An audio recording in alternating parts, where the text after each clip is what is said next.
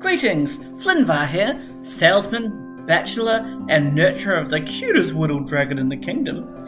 So, we were being betrayed by these sneaky bandits, and our amulets were blocking us using our magics and weapons. But, turns out we can still handle ourselves. Still got the old training. And even if it was a little bit tougher, I'm pretty sure Karen bet one of those guys to death with her bare hands. Yikes. And it turned out that the beast we were tracking was our old friend Friskin the Tabaxi, who was collecting Electrum for Master Spec. He let us help ourselves to the loot he's been collecting, and then it was off to Titan Slumber, which is a huge festival full of people performing their best talents. We had a great time buying merch and checking out the stage when this horrible lumpy person appeared out of nowhere and made our amulets disappear. No wonder they didn't want to come back here. Yikes.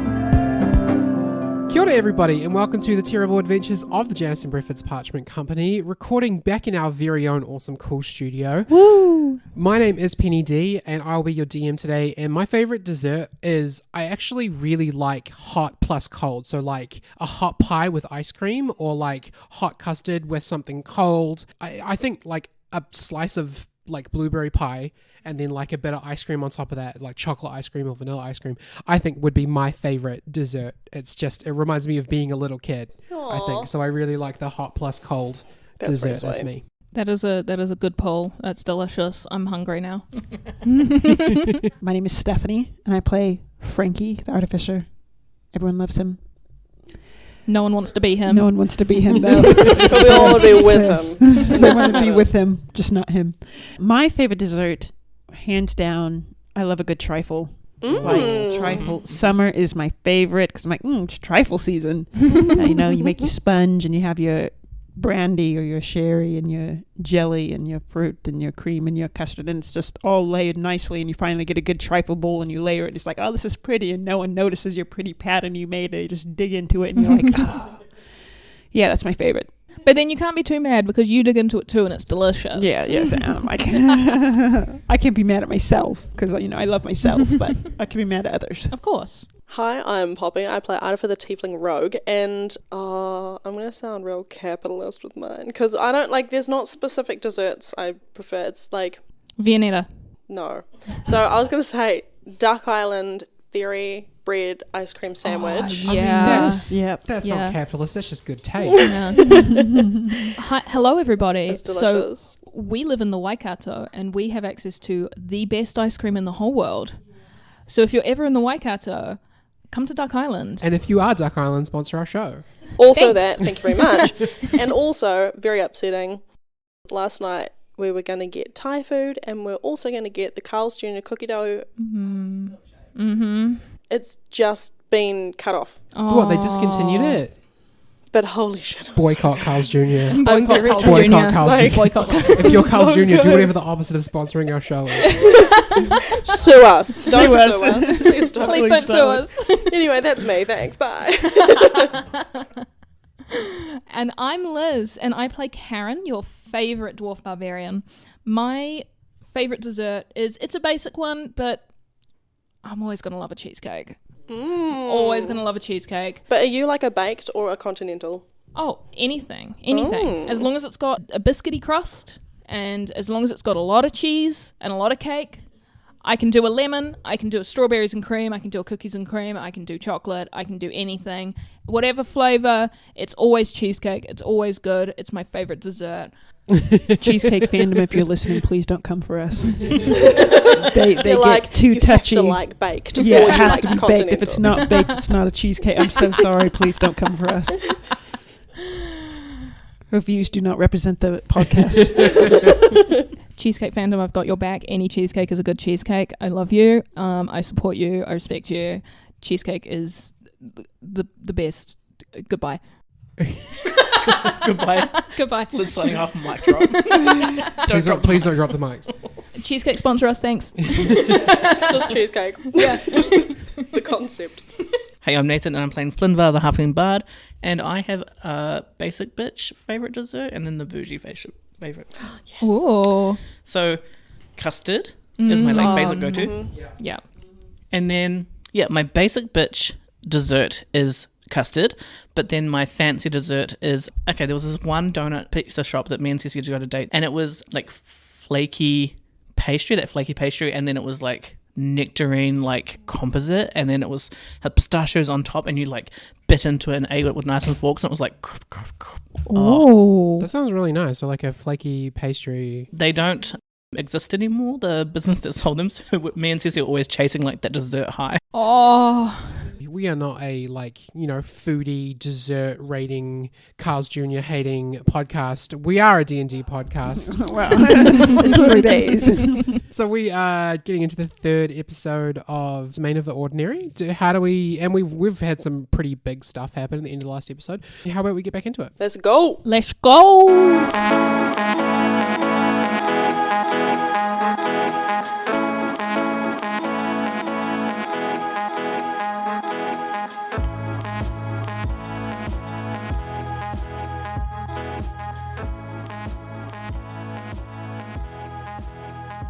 You are all standing amongst the crowd at Titan Slumber, near the stage, the big Burning Man festival that's going on there, stalls all around, and this little tumoury, creepy little guy who called himself the judge popped up and did something and took your amulets away. So the judge did say some words in Celestial, which I'd have figured understand to be the word of Ascension states that if you are not chosen, you must return to the grotto, and the amulets then disappeared. And he said, the seeds have gone to the grotto, here in the slumber, the true masters will prove themselves and rightfully earn them, but he said it in like a creepy, voice. So you're all standing there, you're, shocked because your amulets are gone, and you look back up to the judge because, I don't know, maybe you want to throttle him, maybe you want to ask him some questions, and he kind of melts into this living black sludge liquid and just sinks into the ground, leaving you all alone. What do you do? I yell at the ground. I'm like, hey, come back. Well, this is in front of a stage in front of other people, or is it just us and him? No, you're amongst the crowd. You're not in front of the stage, but there's a main crowd at the stage, and then you're probably just outside of that, where there's a little bit of space between the main stage crowd and then all the heading off into the stalls and stuff. So you're kind of a little bit in between. Karen's going to turn to someone next to her who looks like they've been to the man who burns a lot. And she's wearing a little pantsuit, and she's got shopping bags. So she definitely looks out of place, and she goes, "Oh, excuse me. It's my first time here. Does that normally happen?" The person that you address is another dwarf. They're dressed in all tie-dye, and their beard is sticking out in every direction, like they've been touching one of those electric ball things that makes your hair stand out. Hell yeah. And they look at you and they've got glazed red eyes, and they're like, does what normally happen? Oh my god. Okay. I'm taken in the devil's letters. Can you tell me where the grotto is, darling? What? Okay. I'm gonna go talk to someone who knows anything. All right. Take care. Drink lots of water. Bye. And in the background, you hear Ida just being, Karen! Where's our amulets at? Well, I don't know. He said something about a grotto and being worthy of the seeds. He probably thinks we're not worthy of the amulets because we just took them rather than earning them. Admittedly, yeah, but... Well, I feel like I've earned mine. I mean, yeah, he doesn't know us personally. They chose what we us. did. It seems a bit rude that he would be the one to judge. Oh, his name's the judge. Yeah, that makes sense. I feel like I'm getting a bit of a contact high from this crowd. Yeah, actually. We should go and find someone sober. As you say that, you hear from over at the stage, the MC is like, ladies and gentlemen and friends of varied and indeterminate genders, we have just had ourselves the biggest announcement that we have had in decades. For the very first time, Titan Slumber is once again offering the prizes of old. And the crowd starts freaking out. Everyone's screaming and going nuts, and throwing shit in the air, and the MC's like, we can actually have winners here at Titan Slumber once again. So go get your domains ready, tune your guitars, practice your juggling, do whatever it is that you do, and get up here on the stage and prove yourselves worthy of the ultimate prize. Oh god, it's a talent show. Is there four major prizes? He doesn't say, but I mean, you can roll insight if you want. Do it. So what did you roll for insight? Unnatural 20. Yeah, so the timing seems pretty instant that the prizes that they're offering could be your amulets. And he does invite the next people up on stage, and it is a band. A bunch of teenagers with like homemade instruments. And he says to them, what is your domain? And they go, oh man, like our domain is like rocking out and jamming. And they're like, okay, rocking out and jamming. And he like points down to 3 people who are sitting at a desk just in front of the stage. And he's like, all right, make your judgment. And by the way, they're just 3 people. None of them are covered in tumors or made of living black liquid. It's just Simon Cowell. Yeah, one of them Simon Cowell, yeah. The fantasy Simon Cowell. Kaiman Sal. Yeah, Kaiman Sal.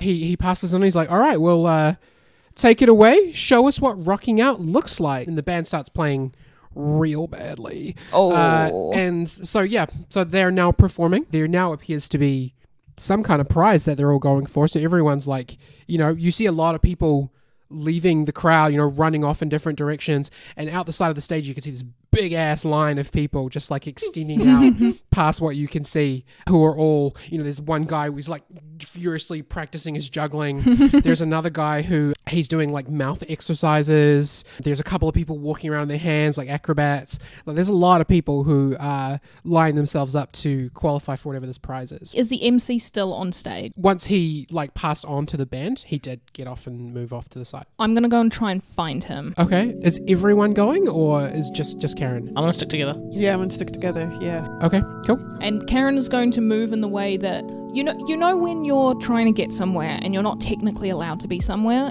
but you just move very confidently and very quickly. Like you're meant to be there, yeah. Like you're meant to be there. So Karen just bustles behind stage to find the MC. Roll me a perception check.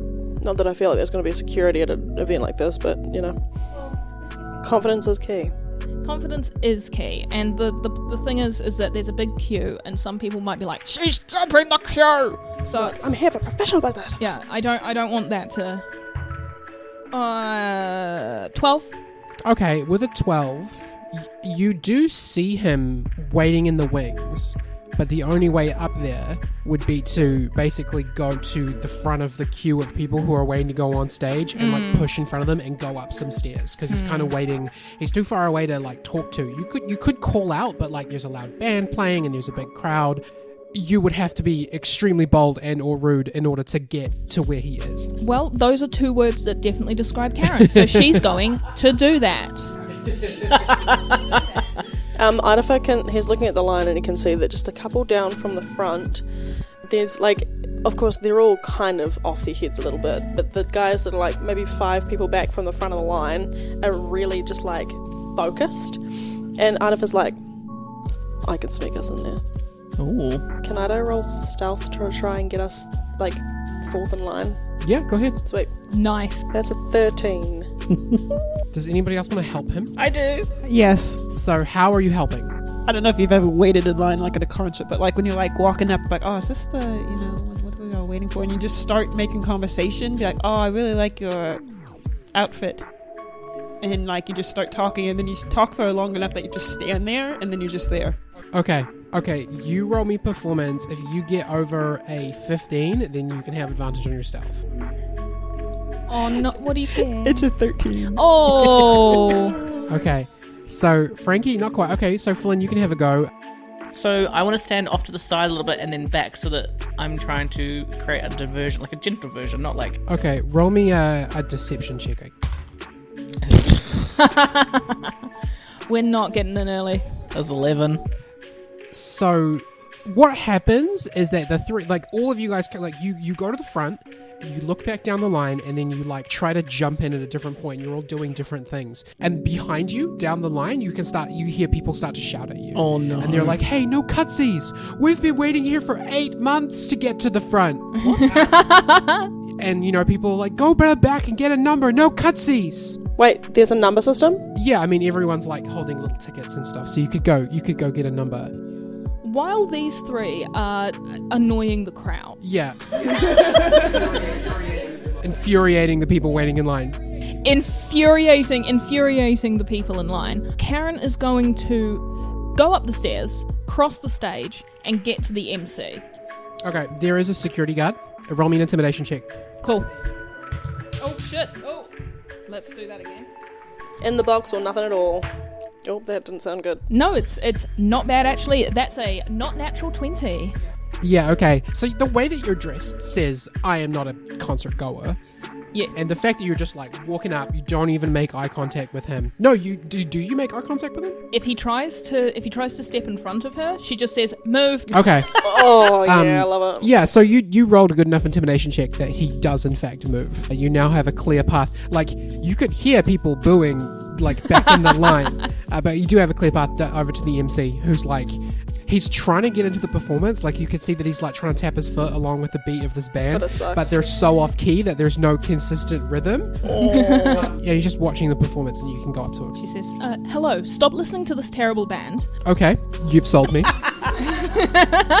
I have a few questions about this contest. As you can see, it's my first time at Titan Slumber. Okay, sorry, who are you? My name's Karen. Okay, my name is Jared Jeffries. Jared Jeffries, it's lovely to meet you, Jared Jeffries.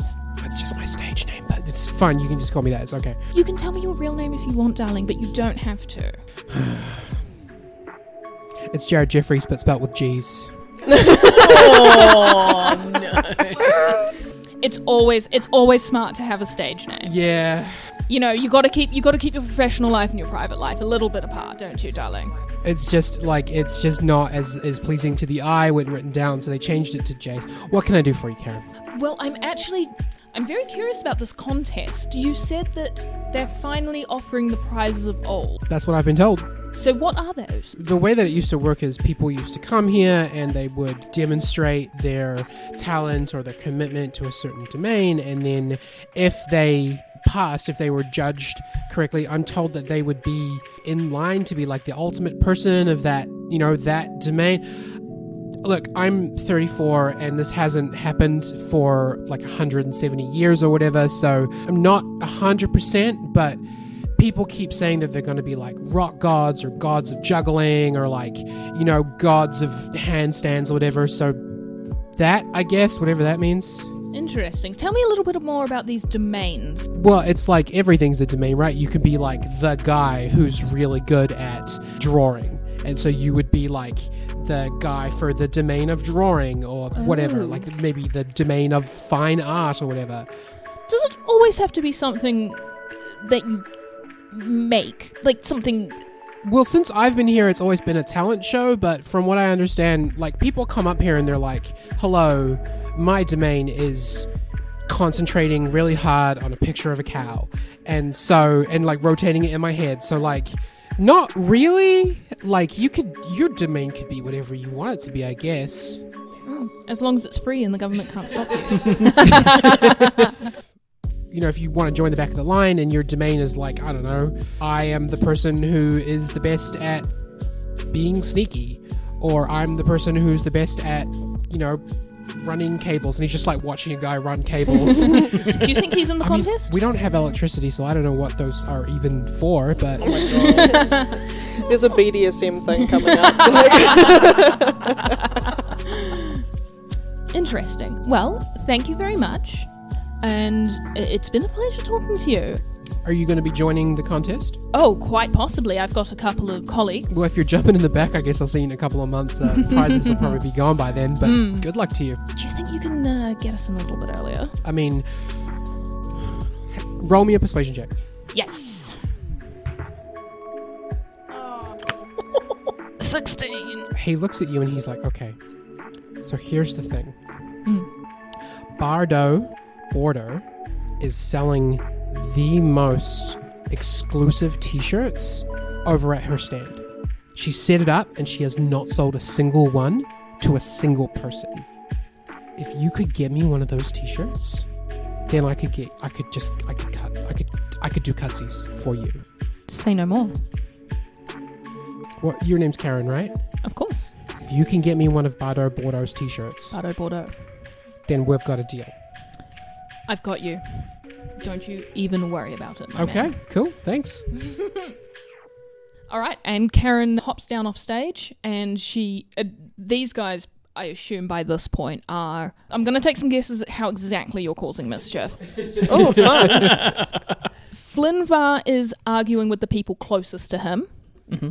Idafer is having a shouting match with someone about 20 people down the line. And it's a guy with bongo drums. And it's a guy with bongo drums who is also hitting the bongo drums. I'm not going to tell you you're wrong. And Frankie has collapsed on the floor. Oh, I didn't come here to be called out. Frankie has collapsed on the floor and he's trying to kind of crawl on the floor into the queue, and people are pushing him away. If I'm small enough, no one will see.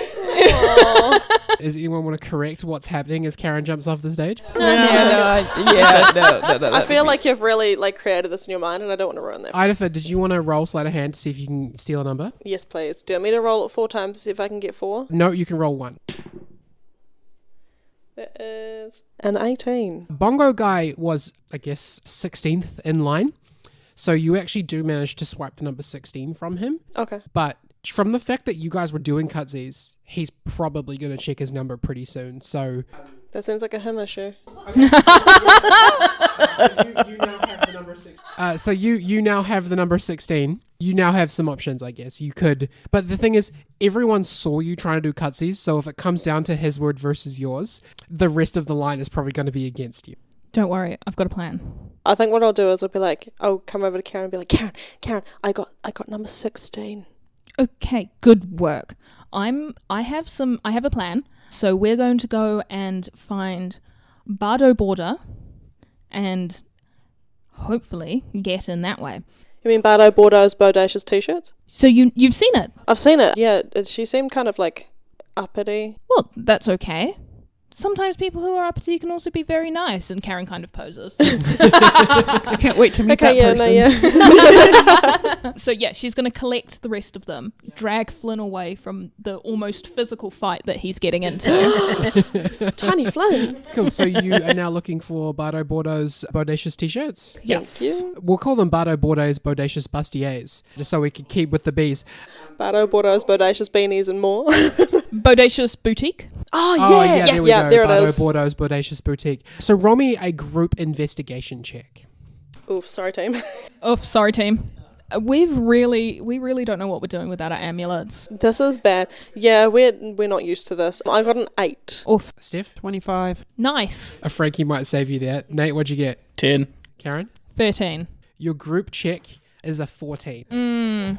Sorry, Frankie. So it takes a little while, but you do sort of by chance, you're walking around these big rows, and Frankie, with your 25, you do happen to see like a tent that's a little bit higher than everyone else with like a bunch of like swanky looking crystals on flags like at the top of it. Does it look bodacious? It does look bodacious. It looks very bougie. So it does take a little while. It takes like an hour of walking around these, and every now and then you can hear a big cheer from the crowd, but no, as far as you can tell, no one has like passed yet. So yeah, you find the tent. It's a really nice looking tent. It's like the kind of tent that like I'm going camping, but I'm a millionaire, so I want to have all the like I Glamping. I want to go glamping. Yeah, you can go in if you want. Fantastic. Yeah, I'll go straight in. Inside, there's a bunch of like glass cabinets with t-shirts inside of them, Oh my god. and some of them have like been painted directly onto as canvases, and some of them have been like cut into, you know how like if you fold a piece of paper you can cut a snowflake out of it, like that's like a shirt, and then you know it's high fashion. It's the kind of stuff that you wouldn't wear in everyday life, and if you put the painting t-shirt on you would instantly destroy its value. It's like driving a car off the lot. The very back there's a lady in like a really fancy multi-layered gown with her hair pulled back in a very tight ponytail and like huge eyelashes. Creates a breeze when she winks. Oh, Bardo Bordeaux, is it? Yeah. It's lovely to meet you. My name's Karen. Why do I care? I'm shopping for a piece of fashion for Titan Slumber's very own MC. She very obviously looks you down and up and is like, I don't think you're in the right place for this. Oh no, I know I'm in the right place for this, darling. Okay. So you said you were shopping for Jeffrey? Yes. You know that he spells his names with G's, right? G's sometimes, J's other times. It's very strange. The J's are a lie, darling. While this conversation is happening, so I feel like Idafer kind of resonates with this woman because he also just kind of doesn't give a shit. And he's standing in front of some cases just ugh, what even is this? To try and get her attention. I heard, Ido, that this is so hard to get that it's become irrelevant. So we'll see. Ooh. Irrelevant. Okay, I'm gonna roll. She rolled a natural 1 on essentially ignoring you. And so she's having this conversation with Karen, and her eyes keep flicking over to this young, handsome teenager who clearly doesn't want to be. And she's like, I'm not sure I have time for you. I have a real customer. And she walks over to Idafer, and she looks him up and down, and she says, let me guess. You Ymir City fashion model? I'm sorry, you need an appointment to speak with my client. Very nicely done. Yes! Sorry, who's your client? I'm sorry. Who are you? Roll me an intimidation check, my friend. Can I give him help? Because I'm Yeah, okay, roll intimidation with advantage because Idafer's helping. 22. Okay, you roll 22 on intimidation. She's now not allowed to talk to your client, and this is the only thing that she now wants to do. I'm Bardo Bordeaux. I am a boutique fashion owner, and I'm actually looking for a new cover model for my next fashion set. I've moved on at this point. And I think that your young friend, the thing is that tieflings are so new to the fashion industry that I might be the first. Frankie, what are you up to? Frankie is standing still, trying not to touch anything because he feels he'll just bring the overall cost of everything down. I don't understand fashion. It's okay, Frankie. It's not very fashionable here. And she pats his hand, and they're both kind of standing together near the counter, looking at some weird t-shirt that's got 3 vertical slices through it, kind of like it's been. And it's got an arm sleeve all the way around it. Yeah, it does have slices all the way through it, like it's been attacked by some kind of beast. And she looks at it and she crosses her arms and she goes, well, there's no accounting for taste, I suppose. Idafer, where are you at? What are you doing? There is a t-shirt in front of me, and it just has a black dot on it, about, 5 centimeters in diameter.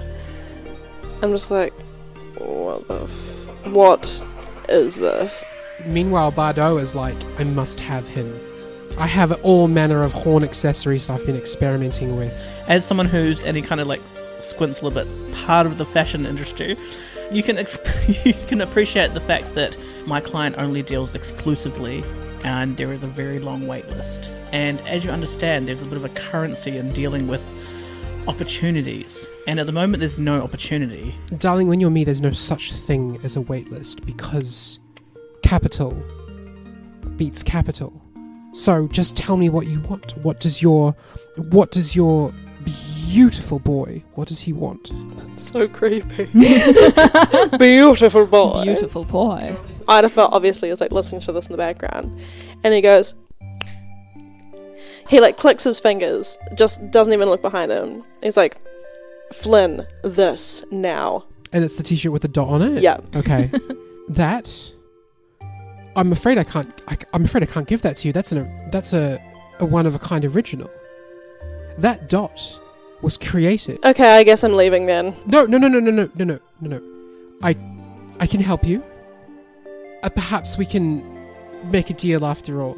I'm sorry, the thing is that dot is drow ink, and it was delivered to me by a very, very rare... Okay, yes. So, if I let you walk out of this tent with that shirt, you must come back and work with me. Do you live in the city? I have a wonderful place in Ymir City. You can come see me there. Flynn, take her business card and the t-shirt as well. And he walks out. So she spends a few minutes, because she's not just going to let $1 million t-shirt walk out the door, right? And so she does spend a few minutes taking your information. Do you give her real information or fake information? As you're talking and finding it, I just take the time to write a business card for you out of my nice parchment papers, and it just says, I. Oh, I love it. Thank you so much. That's And exactly on the back, what I wanted. on the back, like is just a postal address, I guess. So you give her Ida's contact information. You mean fashion model I? So you give her fashion model I's contact information. Roll me one more persuasion check. 21. 21. Okay, yeah, that's fine. She's very delicate when she takes this shirt, and she's only picking it up by the very tips of her fingers on the shoulder seams. Making a big deal about how this is the cotton was hand grown by an artisan farmer and all this bullshit that's probably not true. And she does hand it over to you. She drapes it over your arm very carefully. Could we? So it's already folded. It was hanging in the cabinet, right? Yeah, it was on a mannequin, a bust. Can I pull more parchment paper out of my thing and put it in between it, we're a nice gentle press? Oh yeah, absolutely. And she's impressed by that too. And she's like, okay, tell I that I will be contacting him soon. I have a new line, and he's going to be the face. Thank you. And then you leave. Yep. Yeah. Okay. Cool.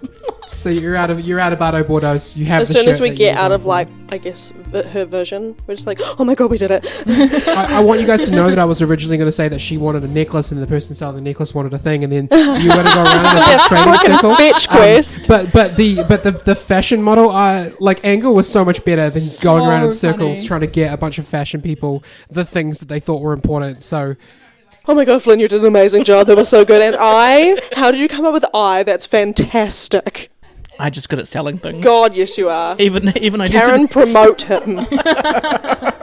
Frankie is so confused. He's like, how come everyone's so mean? Yet, did you just make friends with her? I don't know. what I'm a happened? nice person, I swear. It's okay, Frankie. We were just acting.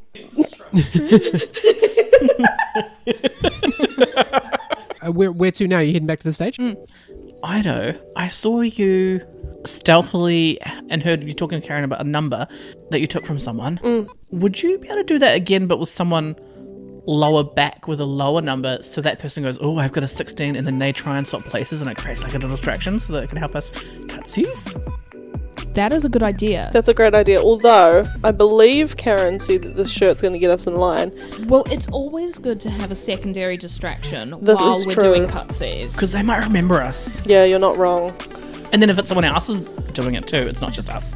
Nice. Okay, yep, Flynn, I got it. So roll me a stealth check, and then I'm going to have you roll a sleight of hand check afterwards for switching the numbers. That is a 21. Nice. Woohoo! Okay. Yeah, so you're able to, because this is a different section of the line and they don't recognize you straight away, you're able to go up and grab someone who has 213 and pop the 16 into their pocket and then take the 213 out.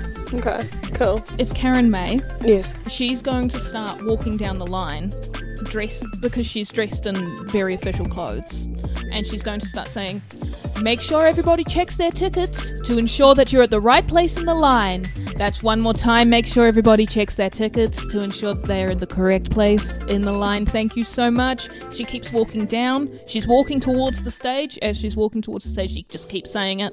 Please She read the passes- information ticket in Yeah. front, in the chair in front. Yeah. Airport does not support solicitors.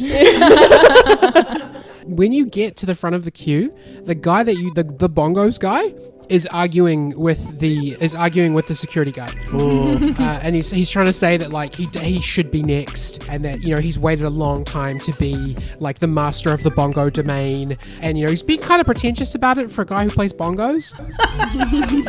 And again, Karen just walks straight past him. Yeah, the security guard remembers you. Do you have the t-shirt, or does Flynn still have it? Flynn's got it, but I'm assuming that Flynn has it out and he hasn't tucked it away somewhere, Nah. so he's got it. I didn't want to crease it. Yeah, he's got it draped over one of his arms Yeah. like a waiter. She makes sure Flynn is right on her tail. It doesn't really she doesn't really think it matters if Ida and Frankie aren't there at the start, because she can always call them up. Okay. Yeah, the bongo guy didn't talk to either of you two, so he's Yeah. kind of busy doing his Yeah. thing. If it was Idafer trying to push through, Wouldn't be good he'd news. probably point them out, but that's not happening. Her and Flynn are going to go up to the MC. He turns back and he's like, "Man, that was quick. How did you do that? We're just that good. These are incredibly rare. I'm going to get so much money for this by selling it on fantasy eBay." At the markets. and I wish you all the best. You know she doesn't like you. I mean, who really likes Bardo Bordeaux? We don't come to Bardo Bordeaux because of her personality. That's true. That's true.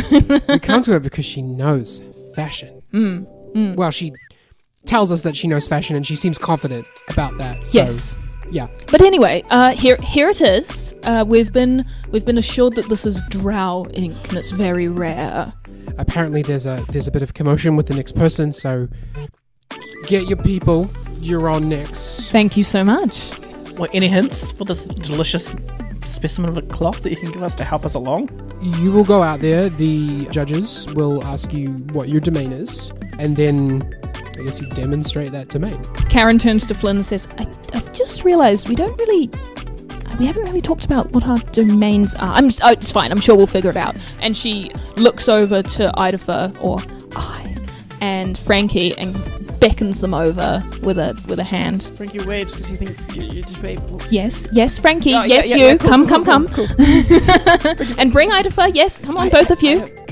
But I don't know if she went. Yeah, let's go. The bongo person sees Idafer go ahead and absolutely loses it and has to be like physically restrained by the security guard and like head off to Burning Man jail. Oh, give him the ticket, Idafer. Wait, what ticket? The one that's 200 and something. Oh, yeah, sorry, dude, I think you dropped those. No, give him the ticket. Oh, his brain like implodes with how upset he is, and he smashes his own bongos as the security guard like Broken drags him bongos. away. Yeah. So you guys are on the stage wing. The people before you who they're tiger trainers. Finishing up.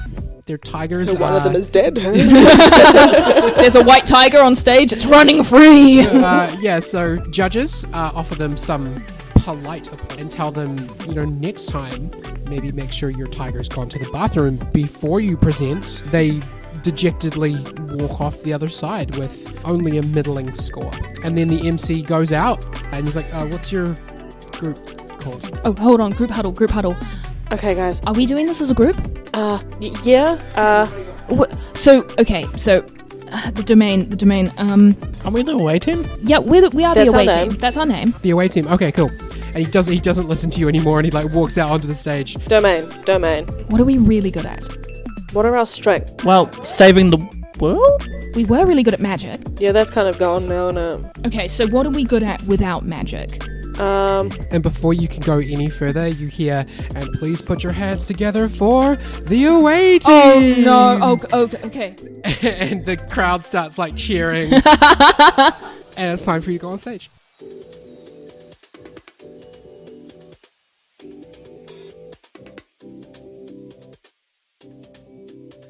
Kia ora, Penny here. Time for a little break, and I hope you are having a nice day on this beautiful long weekend. A reminder that our next live show, Frankie's Big Date, is in 2 weeks on Sunday the 19th of February, going live at 12 p.m. midday with our full cast and a very fun special guest. Keep an eye on our social media pages for links, and my apologies, but there may not be a poster for this one. Liv and I are moving into our first home the week before the show, so they may not have time to do me up in art. Rest assured, the show is still going on, and it's going to be a Valentine's Day blast. Thank you to our JBPC patrons for your support of the show. James Courtwright, Sam Sarah at Gamers ADHD. Fun Facts with Waffles. Aotearoa New Zealand has the world's only alpine parrot. It's called the Kia, and a flock can strip a car. Claire McDonald, Jules Bergesser, Violet, Shobna Lee, Alex Moore, Lyndon Hood, Jesse Wesson, Disturbed One NZ, and Andrew Evans. I slayed our most hated enemy and took his skull, but I only have the one, so you'll all just have to share it. I'll just put it down over here. If you would like to become a supporter of the terrible adventures of the Janice and Breford's Parchment Company, go check out patreon.com/JBPC podcast. There are multiple tiers with different rewards you can unlock, as well as a very recently slain drinking mug for your ale and coffee and stuff. And also, we post Patreon-only content from time to time. Music credits, thanks to Diala for Green Grass, Cheel for Smoky Eye, Jeremy Blake for Through the Crystal, Underbelly for Brain Melt, Unicorn Heads for 6 Seasons, South London Hi-Fi for Enchanted Forest Dub, Kevin McLeod for Dopplerette, and The Whole Other for Beyond the Lows.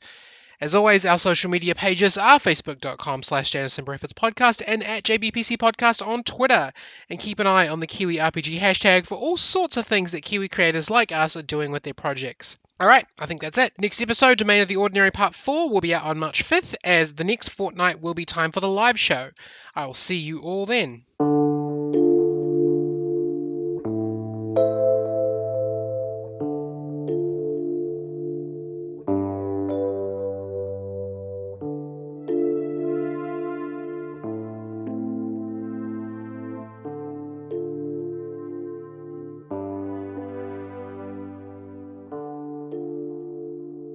Yeah, Karen will come on and she will beckon everybody else on. Does anybody have stage fright? Does anyone get freaked out with hundreds of people cheering and staring at you up on the stage? I think after being told that I'm a model, I'm completely fine with Okay, this. so you're voguing. Yes.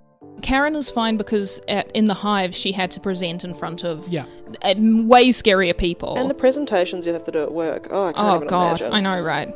I think Flynn will be a little bit nervous, but he'll finger gun his way through it. Nice, yeah. Frankie would be a little nervous as well, but he will just imagine that there's no one else in the crowd except Ido. Oh my god, my heart. Somewhere Murphy is a little dejected. And so you walk out onto the stage and the judges look up at you. One of them's, I don't know, looks like Chuck Norris, I guess. Thanks to the movie Dodgeball. As soon as I was trying to describe the judges, I was like, all I could think of was Chuck Norris. Oh my god, he's in Dodgeball. I totally forgot. The judges look up at you and say, all right, well, what are your domains then?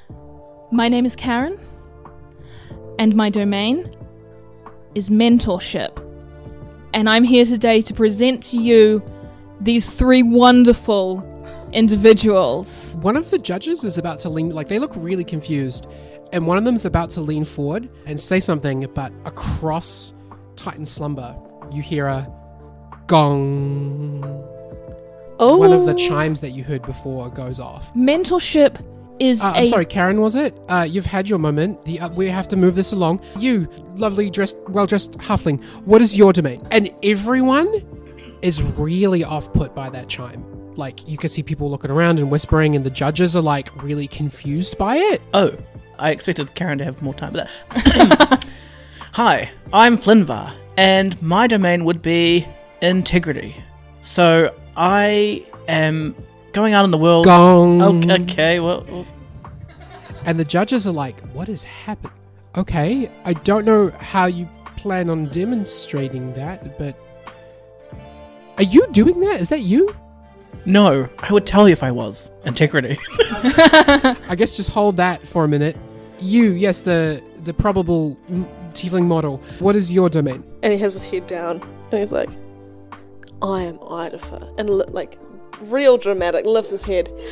And my domain is loyalty. The middle judge is like, these are really odd domains. I don't know how. Gong. And everyone now, this has happened 3 times, and everyone's looking around, unsure of what's happening. And some people are looking past you, over the stage. And the thing behind the stage is the big burning effigy. And they're really weirded out. They're like, okay, and you, tall human, what is your name? What is your domain? My name is Frankie, and my domain is heroism. And he starts quoting Mariah Carey's Hero. Oh my god! As you're reaching, you're kind of singing the instrumental part that comes up to the beginning, and then the gong goes off again, but it's broken. Just like the last time you heard them, the 4th one's like ka-tang, and then behind you, the curtains that are the back of the stage begin to part on their own. And everyone is whispering to themselves, and everyone seems super confused. You have not been here before, but you get the feeling this is not what normally happens. And you look behind you, and a ramp made of soil forms itself magically behind the stage, and a pathway of fire lines itself all the way to the effigy, where the fire itself has parted, and you can see the entrance to a stairwell that goes down into the ground underneath their effigy. Oh, guys. This seems like it's for us. And the judges are just like, We have no idea what's happening. And then from like below the ground, that like black living liquid starts to come up and like forms that little weird tumory gross little man that called himself the judge, and he stares at you and he says, no, you're not worthy, do not go down there. And everyone's like looking at this guy like, what the fuck is happening here? We're doing it. What? You're not I my think the boss. soil wants us to go down there. Yeah, bro, the soil wants us over there. Karen turns to the 3 judges and she says, thank you for your time. And she turns towards the ramp of soil and she ushers everybody up the stairs. As you sort of like walk down this path that's lined by like small fire on each side, the little gross little man, the judge, comes up from the soil next to you, and he's not walking, he's kind of just gliding along the soil, looking at you as you walk, and he's like, these trials are not for you. These trials are not for you. You cannot go down there. Who are they for? They are for the worthy, and you are not worthy. How come we're not worthy? Who are you to tell us who we are? Yeah, go to the doctors. Who are you to tell us if we are not ordinary? I am the judge, and I am the direct subordinate of the broodmother, and you will not take these trials. They are not for you. We're gonna go take them, bro. Catch up. Cool, and you've reached the stairs. I'm out. Are you going down? Yeah. So you've reached this enormous, like, big 50-foot burning effigy, and between its legs, like right in the center, in the ground, basically, it kind of looks like it's just been terraformed from. There's these perfect stairs with little handrails that are made of all soil leading down into the ground. Idafa's going first. Yeah, let's take these trials, guys. Karen will bring up the rear, make sure everybody's going okay, and she will, because we've got 2 people who can see in the dark, so we've got Idafa in the front and Karen at the back. So yeah, you start walking down these stairs, and the dark vision people especially, one thing that you notice is the walls. You think that it's like dark past your dark vision, kind of like it was in the vault, right? You couldn't see past it. But what you realize is that it is not darkness that is the walls of this place. It is like this black swirling liquid, kind of similar to what the judge was made of when he was like forming himself. Gross. You can hear these weird, unsettling whispers coming from all around you. Roll me perception checks, everybody. Oh, tiddlywinks. That's a natural 1 for me. That is an 18 for Karen. Unnatural 21 for Flynn. 16 for Frankie. Idafa, you start to feel dizzy from like the intensity of all these whispers and like the blackness as you go into the ground kind of closing in on you. And the rest of you can hear these like multiple distinct voices. None of them you can understand, but they're coming from far away and yet right beside you. You can feel the darkness on either side of you like closing in, making you feel pinned in and claustrophobic as it gets closer and closer, and it closes in on you on every side, and the whispering begins to penetrate your minds, talking about your thoughts in languages that you don't understand. Frankie, hold on to Ido. I think he's having a bit of a hard time. Yeah, Frankie would have just by the shoulders to just like... Just as the whispering and the like pressing in on you reaches the top of its intensity, it backs off. And it's gone. And the stairs hit the bottom, and the room opens up into a space that kind of looks like an entranceway to a modest house. There's an umbrella stand, there's a coat rack, there's some kind of chest, there's a mirror on the wall, there's a small table, there's a bowl with keys in it, and a little sandwiches on a plate. Even the wallpaper looks like really modern, and the floor is carpeted. At the other end of the room, where you might expect to see a lounge or the entrance to a kitchen, there's an imposing stone archway, on the other side of which you can see more of that like inky, swirling blackness. And above the archway, who can read Elvish? Karen can, but she's not very good at it. Yes, Frankie can. Those of you who can read Elvish, Frankie and Karen, there's some ancient text carved into the stone. The stone itself does not match the sort of modernity of the room that you're in, and it says the Domain Trials. It says the Domain Trials. Yeah, so you're in this little weird, like, super out-of-place entranceway in this underground cave. Behind you is the stairs back up. Foyer area, like as though you'd walked into like Karen's house. Looks kind of nice, like the little space where you'd walk in and there's, all kinds of stuff. Karen checks herself in the mirror. You look concerned, but pretty normal. The only thing to do is press onwards, right? I'm going to take the umbrella. Roll me a dexterity saving throw. I knew it was a trap. 17? Yeah, so you reach for the umbrella, and you just manage to pull your hand back as it, the umbrella opens up a mouthful of sharp teeth. And Oh, it's a mimic. And you can see, like, a bunch of, like, weird little eyes all over it as it, like, snaps at you. But Excuse then, me. like, when it misses you, kind of retreats back to pretending to be an umbrella. And all of you roll me perception checks now. The lesson here, kids, is don't touch stuff that's not yours. Karen got a natural 20. I got a 17. Natural 20. 18. We're wasting our natural 20s on perception know. checks to see mimics. And now that you like saw this thing like snap at you and then like retreat back into being an umbrella, you look around and you can see that like on the mirror there's like this like wiggly little smile with some teeth on it and like eyes all around the edge of the frame, and the chest as well, like you can see it looking up at you with his little eyes, and like the little key bowl is like you could see some of the keys might actually be the mimic's teeth. And you look around and you realize that like this entire room, the walls, the floor, and everything in it is composed of mimics pretending to be furniture. Every single thing in this room is a mimic, and they're Even the floor. So if we step on the floor, the floor is carpeted, but there's like a place that you could go where you wouldn't be standing on the carpet. this definitely seems like the first trial. I assume we just have to make it through this room. Yes. Let's move on, everybody. I don't really want to spend more time in here than necessary.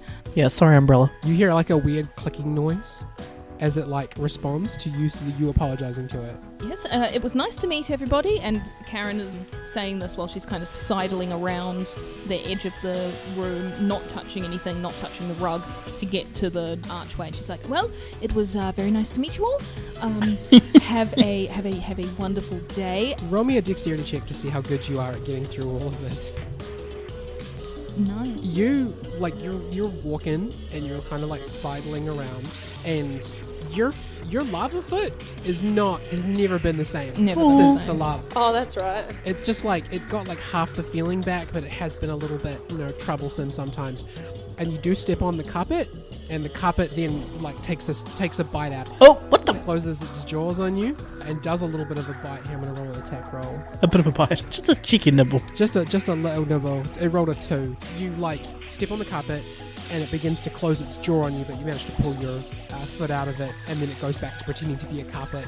Got this weird little wiggly smile. It's just kind of looking at you, kind of daring you to step on it again.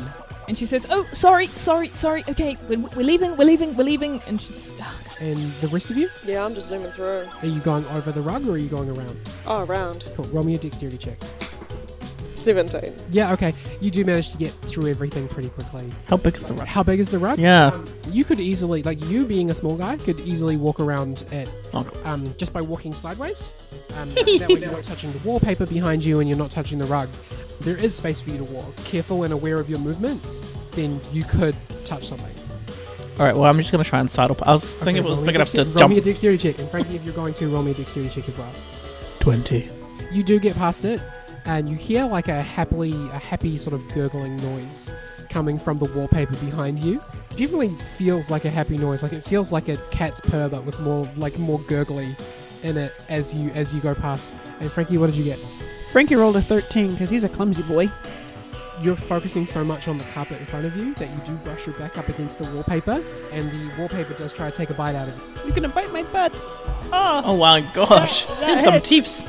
oh, my butt again. Yeah, it bites your butt, and it's going to do 5 plus 3. It's going to do 8 piercing damage, and kind of like burns a little bite mark out of your pants. My butt hurts. Oh, Frankie, are you okay? Are you okay? Frankie, you alright?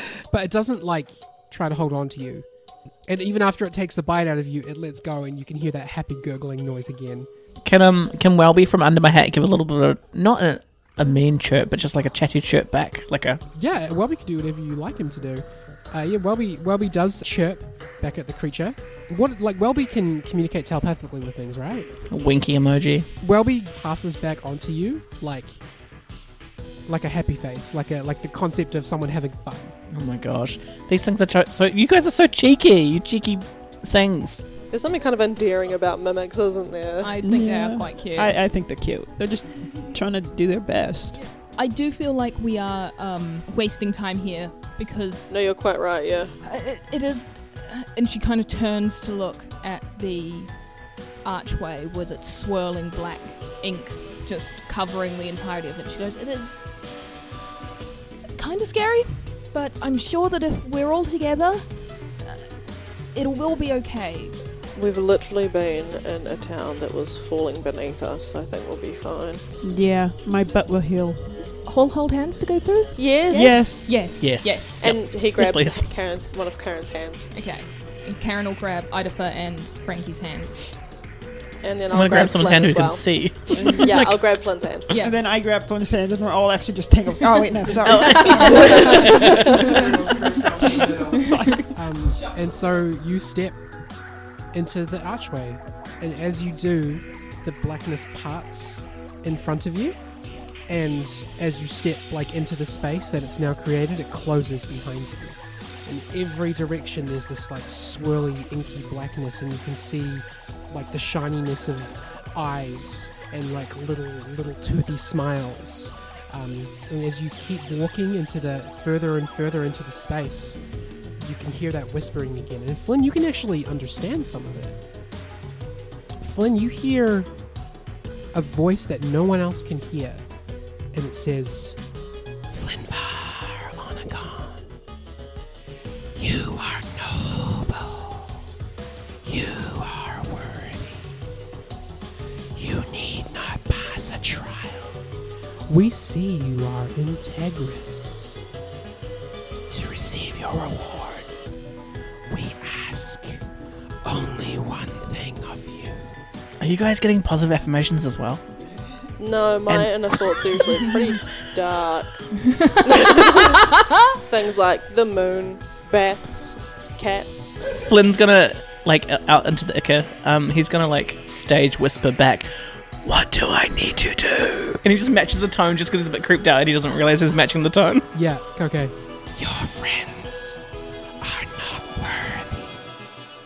Allow them to fail on their own. Do not assist, and you will take your rightful place. And so the swirling darkness around you begins spinning faster and faster, and the whispers begin whispering louder and quieter, and all around you.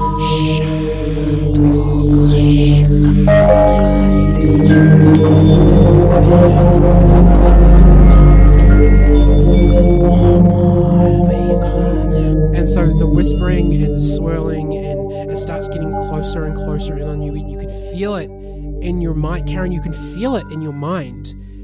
And then with one swift motion, woof, you find yourselves in a round room. The floor is made of smooth marble, and the walls are made of that same swirling, shifting darkness. Ahead of you, the floor drops off, and across a short ravine around 15 feet, there's a ledge with a red circle swirling around it. Karen, around your feet is a swirling circle of black. And all around you, staring at you from out of the walls, with arms forming and fading and eyes appearing and disappearing, rejoining the legion, are the mimics. And in a whispering, raspy voice, hisses at the chamber that you all find yourselves in. And Karen, you understand 2 words. Trial start. Trial start. Trial start. They just said trial start. Is this mine? Okay. I'm standing in a black circle. Is it like inky ichor, or is it just... Yeah, and it's kind of like moving and waving and popping up in places and going back down. It's definitely made of the same stuff that the mimics are made of. Okay. And then there's a red circle over there. And is that also kind of popping, or is it still? Yeah. Okay. And so you are sort of within the circle, and nobody else is. What happens if I try to move outside of the circle?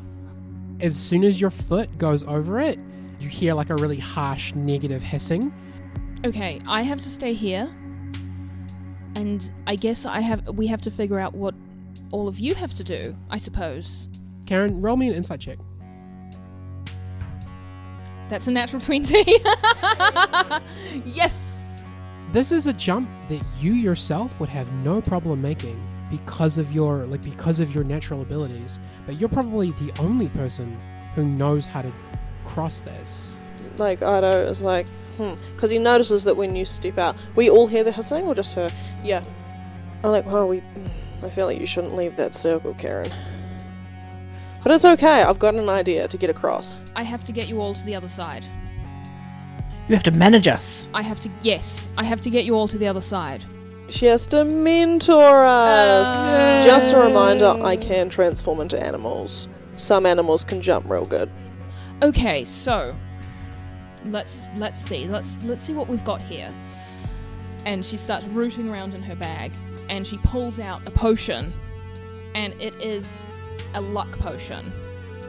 And she says, Frankie, I think this one's for you. Oh. No, I can't get it out of the... As soon as your hand goes over the circle, they start hissing at you again. Can I chuck it at Frankie? You can if you want to try. Okay, Frankie catch? Frankie, roll a dexterity check. I believe in you. That's a 17. Yeah, you catch it. Oh, thank God. But they really didn't like it. Like, as soon as your arm went over the threshold of the circle, they really did not like that. Okay, and so Karen's going to just kind of take a stance inside the black circle and just say, okay, this is what we're going to do. Idafer, Yes. you are going to transform into... You can do a deer, right? I can do a deer. I think a deer will be able to jump this gap. We're going to get a Flinvar to attach a rope to you, nice and securely, jump the gap, and you are going to be able to use the luck potion and get over to the other side of the ravine with the rope that we've attached. And I will be holding the rope on this side, nice and tight, and I won't let go, I promise. So all I need you to do is Flynn and Frankie, I need you to be able to cross that rope. Can you do that for me? Yes. Yes, I can. Okay, fantastic. And she's going to get out the 50 foot of rope and holding onto one side, just kind of chuck the other end out and say, all right, secure that to Idafer, and you and me, Idafer, we're going to get these two across, okay? Alright, boss. And I, like, transform into a deer. I'm like, Idafer, this is the first time you've tried to do wild shape since your amulet has been gone. So I want you to roll me an Arcana check to decide tits whether or and not ass. you can do it.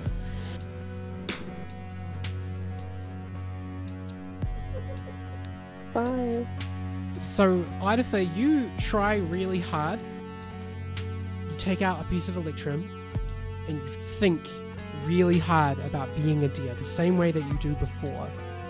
But it feels like something in this, like, pathway is missing. There's a step that you're not able to perform in this transformation. And after a minute, you open your eyes and you look at your hand, and the Electrum's still there, and you're still Idafer. Karen. I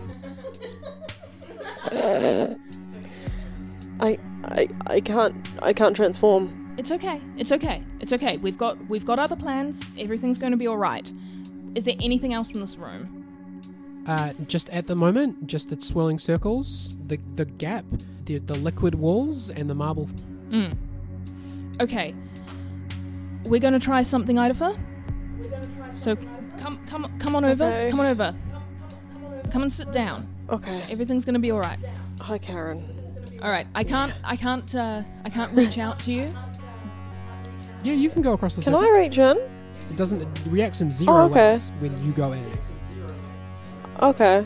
Yeah, my foot, like, say I'm not going cross-legged. and my foot touches, like goes over the circle. Kind I'm of feels a bit oh, like if you stand okay. on the circle itself, it feels a bit like a slug like crawling across your foot, but there's no Eee. negative repercussions for it other than that. Other than the grossness, Yuck. yeah. Okay, Karen's gonna Yeah. stack 2 pieces of Electrum in Idafa's hand and close his palms and then put her hands over them, and she's gonna say, okay, I know it's more difficult without the amulets, but you are amazing. And I know that you can do this. And I'm going to talk you through it, okay? So close your eyes, Okay, and you're going to become a deer. I'm gonna become a deer. You're going to become a deer. I'm gonna become a deer. Go Super Saiyan. Idafa, roll me an Arcana check with advantage because Karen is helping you.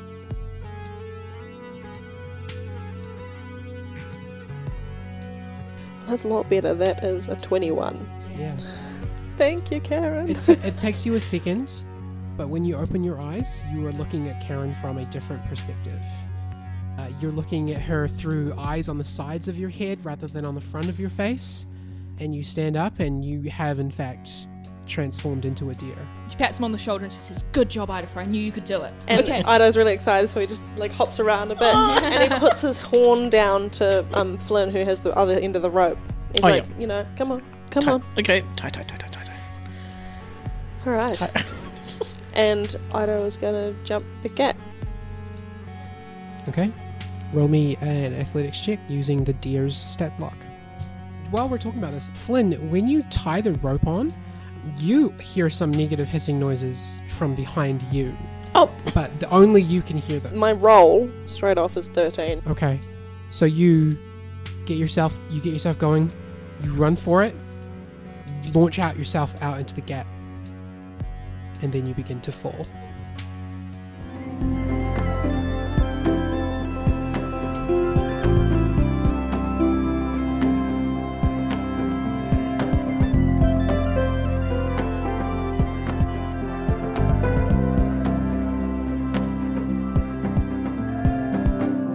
Greetings, darlings. Bardo Bordeaux here, and I can't believe such a fantastic specimen, such a fashion icon has gone. Remember, darlings, money, wealth, influence, all of these things mean nothing if you don't have style. Thanks for listening to the show. Now get out of my bodacious boutique.